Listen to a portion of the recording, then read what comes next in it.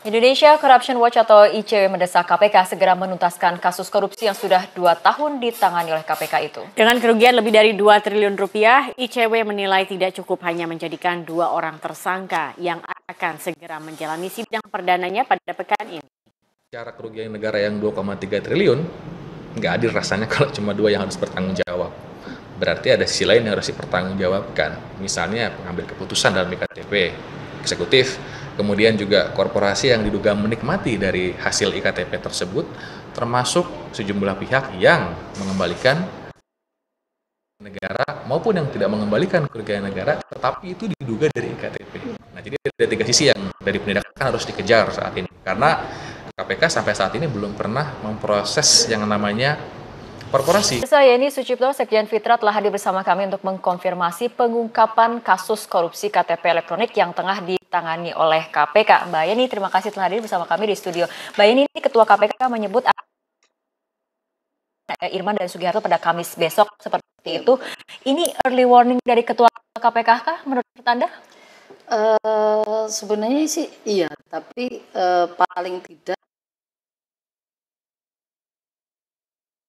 kemudian menggelontor ke teman-teman di DPR itu lebih banyak dari korporasi. Itu yang kemudian kita harapkan itu muncul pada hari Kamis gitu kan. Jadi tidak kemudian semerta-merta dari eksekutif yang hanya 2 saja yang kemudian ditindaklanjuti begitu di dalam.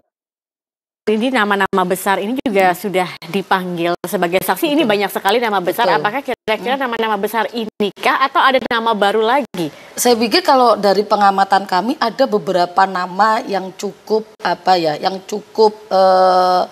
intens di dalam proses pembahasan EKTP, terutama pada tubuh DPR. Nah, ini menjadi bagian nama-nama yang intens itu siapa saja menurut Mbak Yeni? Saya pikir nggak bisa menyebut nama, tetapi intens di sini kan bisa di dalam undang-undang MD3 ataupun kemudian di dalam aturan tatip. Siapa sih sebenarnya penyetuju atau pembahas tertinggi di tubuh DPR? Kalau pimpinan pada saat itu siapa? Pimpinan di dalam komisi, kemudian pimpinan di dalam Banggar, kemudian siapa sih ketua dari DPR sebagai penyetuju pembahas di dalam paripurna. Kita kan nggak bisa menyebutkan nama, tetapi paling tidak di dalam aturan-aturan yang ada secara normatif bisa mengarah kepada elit-elit tertentu di tubuh DPR begitu. Oke, kalau kita mencermati DPR atau peran DPR dalam kasus ini sendiri dari Fitra untuk melihat sebenarnya seberapa besar atau seperti apa saat pembahasan anggaran terkait dengan IKTP ini, kalau Fitra sendiri melihatnya seperti apa? Kalau kita melihat bahwa di dalam proses EKTP, apalagi mengarah kepada potensi-potensi korupsi, saya yakin bahwa korupsi EKTP adalah by design. Ini sistematik. Ya kan, di dalam proses perencanaan pada tahun 2008-2009 yang dilakukan uji coba di beberapa wilayah oleh eksekutif, itu sudah dilakukan bangunan atau relasi-relasi yang cukup kuat yang dilakukan oleh teman-teman di DPR dengan korporasi. Nah, pada saat 2008-2009 masuklah pada saat proses pembahasan di tahun 2010. Ya kan, 2010 kemudian intens pembahasan pada waktu itu, kemudian digelontorkan tahun 2011 14,4 triliun pada saat itu. Nah, itulah kemudian kita menilai bahwa bangunan oligarki ataupun bangunan yang dilakukan oleh elit-elit politik itu menancapkan jangkar di eksekutif maupun di korporasi. Eksekutif sebagai kuasa pengguna anggaran di dalam proyek EKTP, kemudian korporasi sebagai dilakukan pengembangan investigasi. Mbak Yeni dan juga pemirsa, kita lihat di layar kaca ini adalah saksi-saksi yang memang pernah diperiksa oleh KPK terkait skandal korupsi proyek IKTP. Ini memang nama-namanya paling besar ada dari politisi, dari berbagai fraksi di DPR. Dan ini kita lihat dari pemerintahannya ya, seperti itu Mbak Yeni ya, dari Kementerian Dalam Negeri. Tapi ini kan kemudian KPK sudah memeriksa 200 saksi seperti itu. Tapi kita lihat bagaimana sekarang baru bisa masuk ke persidangan hanya 2 saja. Ini seharusnya KPK sudah bisa menyentuh aktor intelektualnya tidak, Mbak Yeni?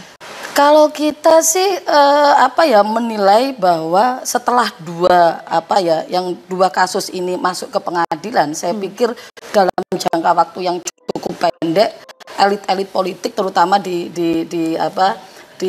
tubuh DPR maupun di korporasi, saya pikir mungkin akan juga tersangkut di dalam dakwaan ini. Saya kalau melihat 14 teman-teman legislatif yang kemudian mengembalikan uang yang semuanya akumulasinya sebanyak 300 miliar itu kemudian tidak semerta-merta kemudian dilepas begitu saja. Jadi tidak itu menghilangkan unsur tidak bisa tidak menghilangkan karena apa? Karena itu sudah didesain pada saat pembahasan dan mereka punya andil dan bertanggung jawab terhadap kasus-kasus yang terjadi berkaitan dengan EKTP. Saya pikir yang tadi disampaikan bahwa politisi itu bagian dari apa? Bagian dari yang melakukan pembahasan dan penyusunan pada saat EKTP terluncurkan di tahun 2009-2010. Itu punya andil besar, hanya saja kira-kira levelingnya kan berbeda antara ketua, wakil, kemudian antara anggota kan gitu. Itu kan butuh persetujuan di semua komisi yang berkaitan dengan EKTP tersebut. Baik, gitu. baik. Dengarkan bersama-sama pernyataan dari tadi dikatakan bahwa ada satu nama yang selalu diulang-ulang, Novanto. Saya Anas Novanto, Novanto sebagai pelaksana seperti itu. Untuk melihat kasus ini juga nama sudah disebutkan oleh Nazarudin, kemudian juga sudah dilakukan berbagai pemeriksaan oleh saksi. Seberapa besar potensi yang bisa dilakukan untuk menjerat dari nama-nama yang disebutkan oleh tadi oleh Nazarudin?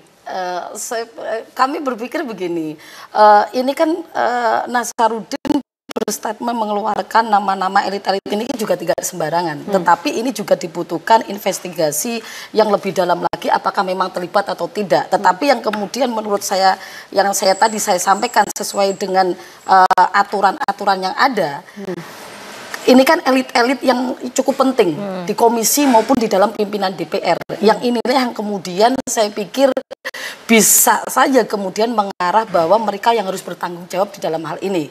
Ya kan, karena bertanggung jawab dalam hal ini mereka adalah bagian dari elit tertinggi di DPR. Jika sampai sekarang KPK belum melakukan tindakan apapun terhadap khususnya tadi kita lihat dalam KPK tidak akan kesulitan mencoba untuk menarik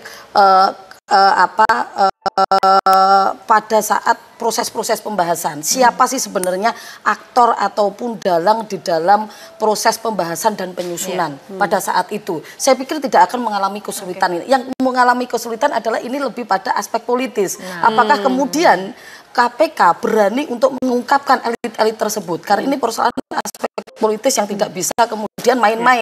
Karena ini melibatkan nama-nama besar tadi seperti disebutkan oleh Ketua KPK. Tetapi yang kami harapkan KPK lebih kemudian mengedepankan profesionalisme dan independensinya di dalam